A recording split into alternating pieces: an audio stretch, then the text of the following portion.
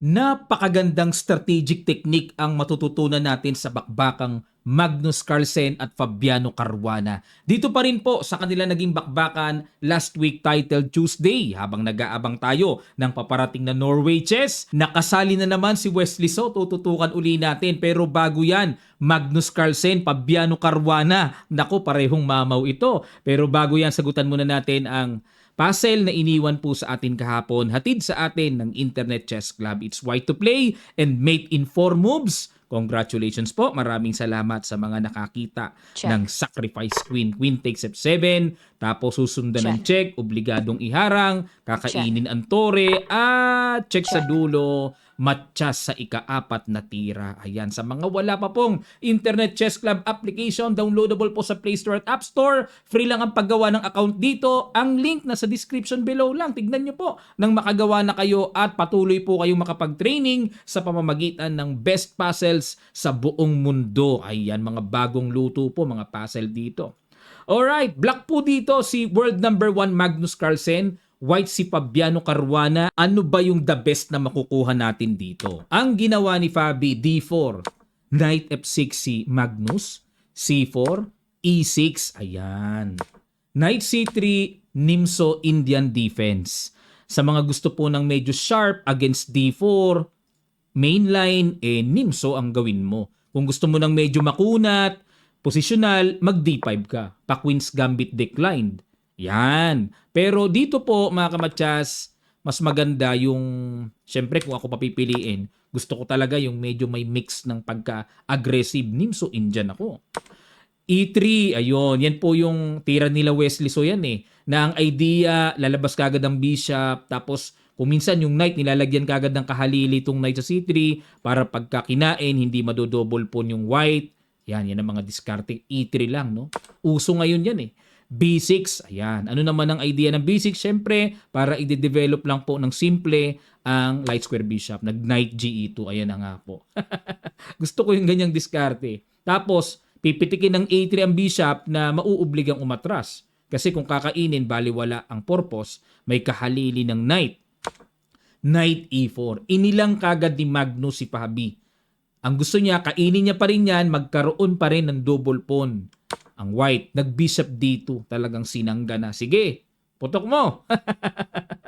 Itong bishop D2, pamuwersa na kagad kasi anti-pin na kagad yan. Mauubliga na kagad ang black na mag-react ang knight or bishop sa C3 or sa D2.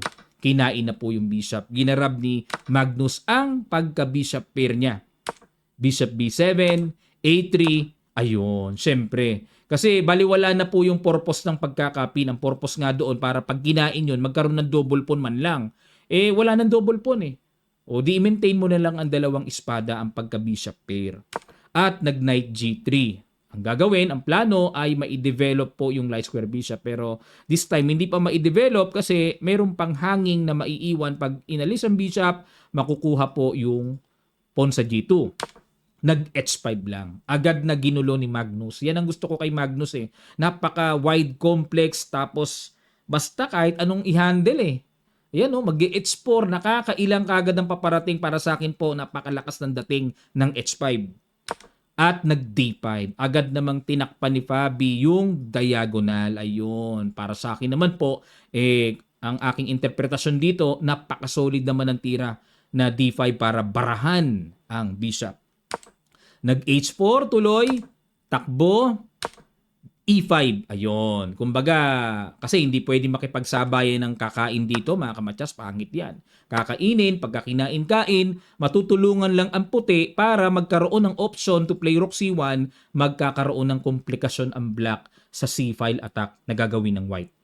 Okay, kaya hindi po tayo dapat grab ng grab na pag may kain kagad tayo, di ba? O E5 para i-close muna. Nag-castling queenside. At yan naman po ang bagong luto dito ni Fabi. Novelty. Kasi nangyari nitong nakaraang 2020, ang tinira po ay G4 na nauwi sa tabla. Pero ang maganda kasi dito sa castling, nagkapisakan ng labang ito. Mas gusto pa rin natin yung nagkakapisakan, ano? Okay, nag-D6 lang. Nag-G4, ayun, inihabol pa rin ni Fabi yung G4 old theory. at inenpasan capture. Bagay na ginudmuban po ng computer, gusto yung tira na yan. Kasi nga po, to take effect na mayroong H-file ang black, malakas yan eh. Knight takes G3. Ayan, para wala rin pong F5 ang black. At makapunta rin yung knight sa F5. Yan ang idea niyan para makagulo-gulo din no, sa isang banda. Knight D7. Siyempre, tulog po ang pyesa. Lagyan po ng trabaho. Huwag kakalimutan yon mga kamatsas. Lagyan natin ng duty ang bawat pyesa natin para kapakipakinabang sa kabuuan ng posisyon. Nag-King B1. Ayun, waiting lang. Pass. Prophylactic para yung king ay talagang safe na safe. At dito nag-G6. Ayan, dito po mga kamatsas, no, para mapigilan yung papatalon na knight dyan sa F5. At nakalimutan ko pong sabihin, yung nakikita nyo po sa thumbnail, si Magnus nakasakay sa king, na yung king ang haba ng nilakbay. Dito makikita nyo kung gaano ka haba ang nilakbay ng king ni Magnus. Maya-maya lang. Nag-bishop D3. Okay, develop lang. At nag-bishop H4. Okay. Kumbaga, amba-ambaan lang muna. Tutukan muna. Anytime na itong knight ay medyo may gagawing di maganda, ililigpit yan. No, nakaamba lang, amba. At nag-bishop C2, ayun. So dito po medyo parang nasosobrahan na yata sa kunat. Masyadong positional. Sabi ni Stockfish, dapat daw ang tira mga kamatsas ay F4. Yan. Medyo energetic nga naman. Dahil ang king ay matagal po sa gitna, dapat gumawa ng paraan naman na bombahin ang black king as much as possible sa mabilis na pagkakataon magawa yun. Ganun po yun eh. Pag ang king nasa gitna, matagal, gumawa ng paraan paano makaka-atake. Okay? So, yan ang logic ng computer na para sa akin po, kung ako ang babasa, napakagandang idea. Itong bishop C2, baka doon pupunta si Fabi. Baka doon para ipipina. Okay, tingnan natin. Nag-Queen E7. Yun din ang purpose ng pagkaka-Bishop H4 ni gets ko na ni Magnus. Hindi para kainin kagad yung knight. Kundi ilagay muna yung bishop doon, alis dyan. At para magamit ng queen ang square E7. At may option din po to castle queenside. Naramdaman ni Fabi, magkakasling ka na. Siyempre, illogical kung dito ka magkakasling. Grabe, bobombahin yan dyan, aatakihin yan dyan. Nag-F4, ayun, naihabol po ni Fabi muna. Gusto niya munang i-pressure yung E5. F5, ayan po, no? Para manatiling solid. Wala bang mga kain-kain doon? Baka mamaya masakripisan Yan, no? Yung mga ganun-ganun ba, no? F5, solid lang, control the center. And nag-knight B5. Ito na po yung sinasabi ko, no? Knight B5, inilang yung C7. Nakakailang ba yan? Nag-King D8 si Magnus. Hindi na po nag-castling. Tingnan nyo, nag-King D8 lang Sinuportahan lang po yung pawn sa C7.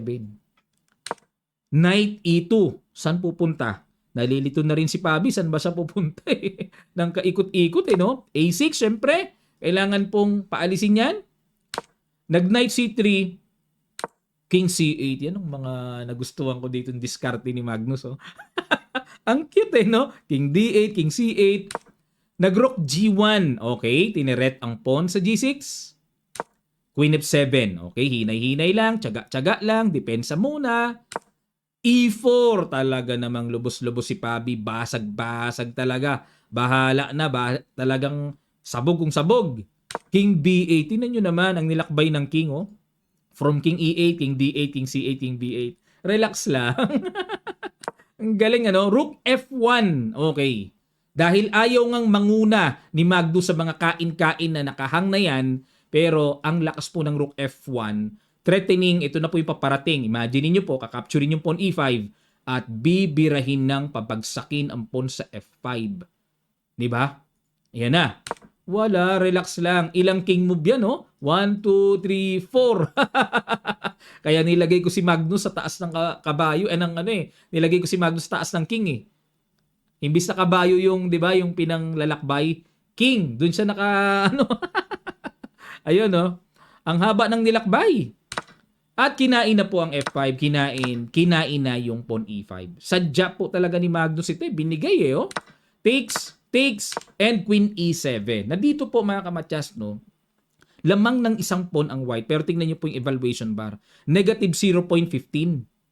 Ibig sabihin, pumapabor pa sa black. Ganyang kalalim ang positional understanding ni Magnus. Lalim ano? Kasi po, bagamat lamang ng isang pawn dito, ang lamang lang naman dito ng isang pawn ng white, yung h-pawn eh. Yung h-pawn, weak naman yan eh. Parang hindi rin kasali. Yan, ito po yung mga malalalim na bagay sa chess talaga na dapat maintindihan. Kahit ako po, ito yung level na dapat kong makuha eh. Yung tipong papalamang ng pawn pero walang gamit kasi malalim. Realization ang kailangan eh. Para makuha mo yung mga ganyang teknikan eh. Nag-Queen F4. Ano po plano dito ni Fabi para suportahan yung pawn C4? Hanging. Binad mo ba ng computer? Ano ba ang gusto ng computer dito?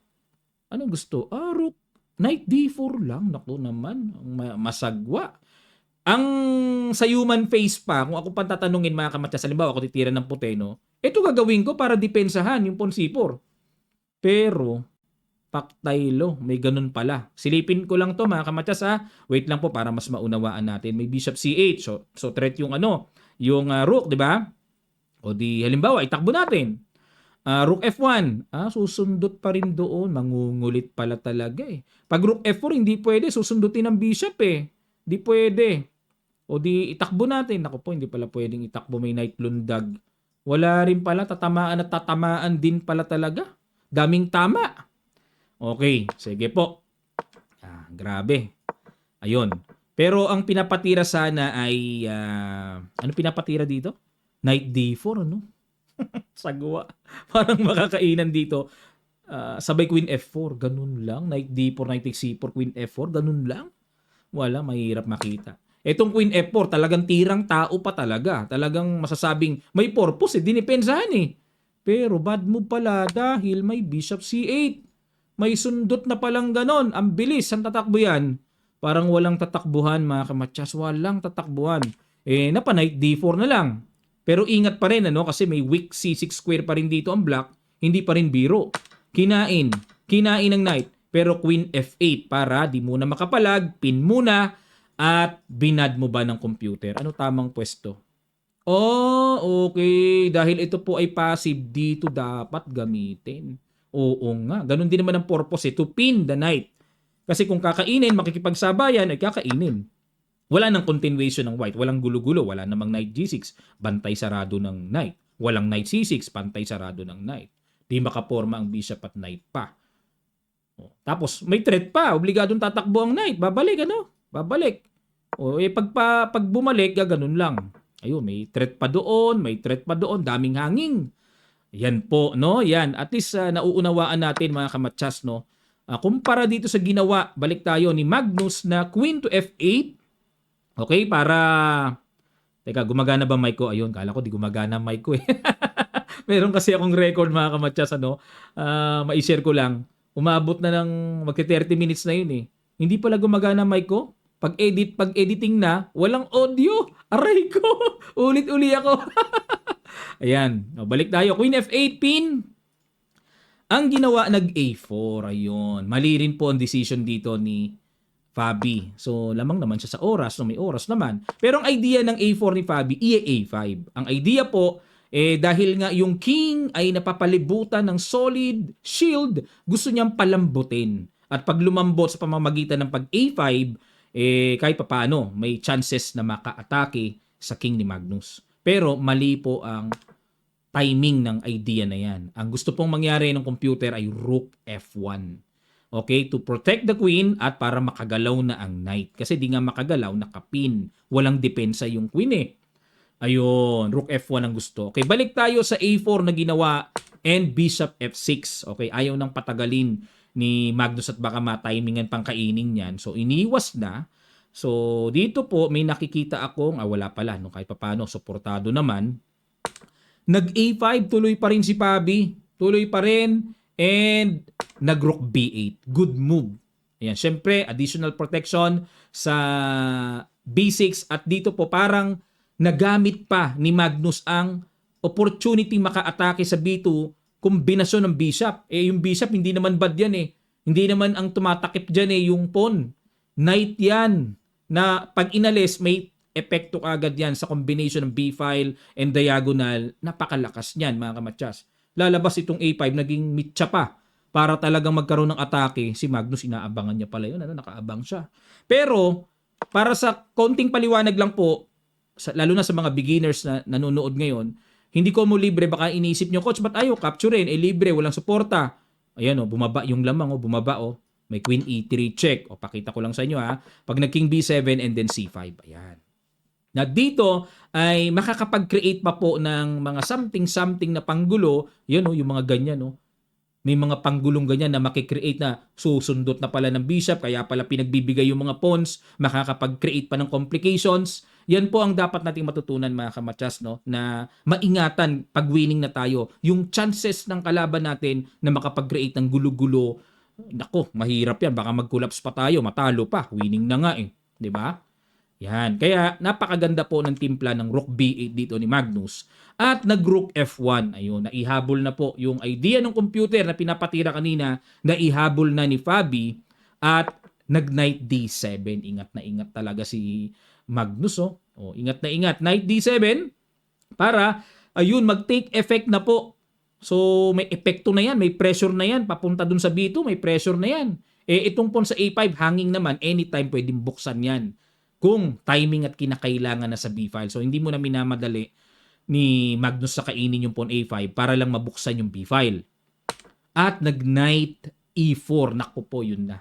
Yun na ang masama dito. Tingnan nyo po ang itinalon ng evaluation bar. Ayun, ay, naku, pagkalaki-laki. Negative 3.08 ang nilamang. At dito po, this is the right timing to take the pawn A5. Ayun, English po yun. Dugo ang ilong. Nosebleed. Ayun para may atake sa pawn B2 mga kamatsas. Nag-queen E3 check muna, baba king A8, safety muna. At nag-bishop A4, ayun, namana. Okay, isinabay na po ni Fabi na ipakain yung pawn sa B2 pero meron siyang papasundot na paparating. Bagong salita yun, na papasundot. May bishop C6 na pana, matulis yan. Pero mga kamatsas, ito po para sa akin risky na to Kasi ang ginawa ni Magnus, kinain, di ba? Tumira ng king C1 si Fabi. Pero preno muna tayo, atras muna tayo mga kamatsas para lang mas klaro. Bakit? Very natural is to play B3. Para sa akin, natural yung B3. Para masyadong nakakatakot talaga yun di ba? Pagka ganyan po, ito raw ang gagawin, mag-A4. At ramdam dito ni Fabi mga kamatsas sa parang mapapasive na yung position. Ibig sabihin, parang wala nang kalaban-laban. Tandaan nyo po sa level ng mga 2700, 2800s katulad nila Magnus Carlsen, Wesley So, ay nako, mas pipiliin nilang maging magulo ang posisyon kaysa sa matigok ng walang kalaban-laban. Yan po ang style ng mga malalakas na players. Kaya tinan nyo si Fabi, napansin niya, babagal lang yung niya, panggulo. Nakipagsabayan na, Bishop A4, bahala ka na dyan. Parang ganun, At syempre, ayun, kinapture nga ni Magnus. Nag-king C1 at nag-knight E5. Yun. Kasi wala pang continuation Kung meron bang dire-diretsong pambomba bakit naman hindi? 'Di ba? Dito wala pa talaga at nakikita ni Magnus siguro, syempre hanging yung knight, may bishop C6 check, knight E5 muna yung ginawa. Para protected yung C6, walang sundot-sundot, may knight na po. No? Pero kapansin-pansin, hanging yung tore, walang depensa. Pero ayun, bumalagbag ng capture sa D6. Bago natin na-explore to mga kamatsas, para klaro lang po, bas maintindihan nating mabuti. Libre yung tore. Ano mangyayari pag kinain ang libreng tore? May simpleng knight takes C4 double. Okay? Untouchable po yan. Ayun, kakainin yung queen. Wala na. Overwhelming advantage na ang black. Okay? Klaro po? So, para klaro lang. Yan. Kaya balik tayo dito sa balagbag na ginawa ni Fabi. Knight F takes D6. Ano idea? Para magbukas ang tore, paatake sa bishop, may knight naman. Yan. Ang ginawa po dito, naku, napakaganda. Okay, sige po. Pag-guess ko sa inyo, sa kabila ng kakomplikaduhan, lalim ng Tagalog, kakomplikaduhan sa posisyon na to, natumbukan ni Magnus ang malinis number 1 move ng computer engine. Pakiguess nyo po yon. Sa ilang sandali lang, tutuloy kagad natin. Start.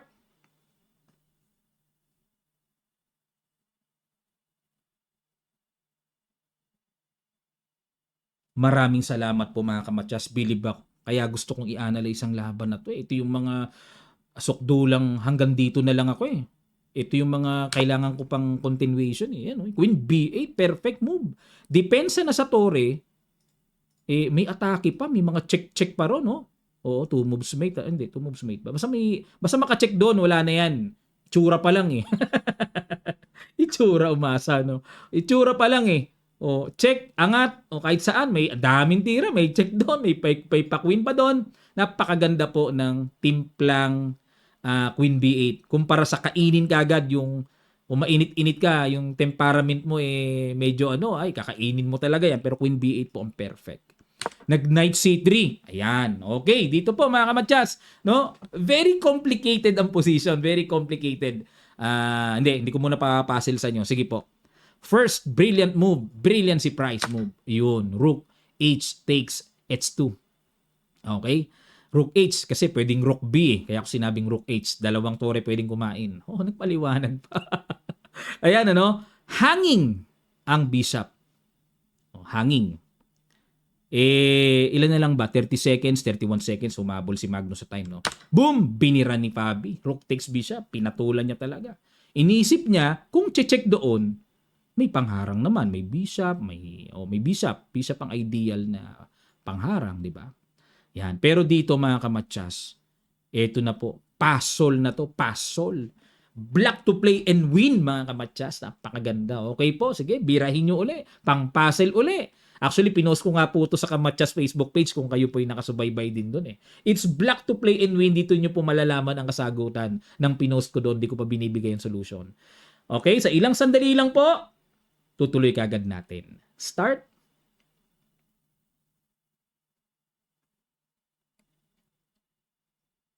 Maraming salamat po mga kamatsas. Mukhang nagsosolve yata ng puzzle si Magnus sa Internet Chess Club eh. Boom! Rook B1. Tuloy-tuloy na pala. Kinain. Boom! May Queen B2 check. Square clearance pala ginamit. Square clearance yun sa tactical motif. King D1. Boom! Kain at naparesign po si Fabiano Caruana. Sino na ba ngayon ang world number 2? Dati tawag ko dito si world number 2. Resign na po ang world number 2. Ganda ng title no? Pero sino na bang world number 2 ngayon? Si Pabi ba o si Naka? Naku, di ko na na-update sa standard sa live rating. Comment down below mga kamatsas kung sino na bang world number 2 ngayon. Obviously, Magnus Carlsen, number 2, sino? Comment nyo po sa Ayan, lapag nyo lang. Okay. Kaya po nag-resign, only move ay haharang ang Reyna. And may Queen D3 check. Siyempre naman. And, halimbawa, mag-King E1, Matyas, ganda. Ginawang puzzle ba? Ginawang puzzle. Ganda no? Okay, kung kayo po yung nagandahan, type nyo po, dulo, ganda. Pag dulo, nakarating kayo sa moment na to, ha? And, don't forget to subscribe mga kamatsas. Maraming salamat po sa inyong palagyang pagsuporta. At meron tayong bagong release ngayon, Anti-Bent Larsen opening sa ating kamatsas Super Supporter button. Baka gusto nyo pong sumuporta sa join button natin. Supportan nyo na po sa channel natin. At gusto nyo pong mag-aral ng malawakang opening studies, nasa description below lang po ang link para maka-join po kayo sa kamatsas Super Supporter button. Okay? May bagong release po tayong opening studies doon. Napakaganda. Anti-Larsen opening as black. Ayan, black yon, black ang bida. Okay po, maraming salamat po mga kamatsas. Kung kayo po may gusto pang ipa-analyze na interesting, malakasan, lapag nyo po lahat ng inyong suggestions, opinions, sa comment section lang tayo magkita-kita. Maraming salamat po at magkita-kita pa tayo sa mga susunod pang chess updates, God willing.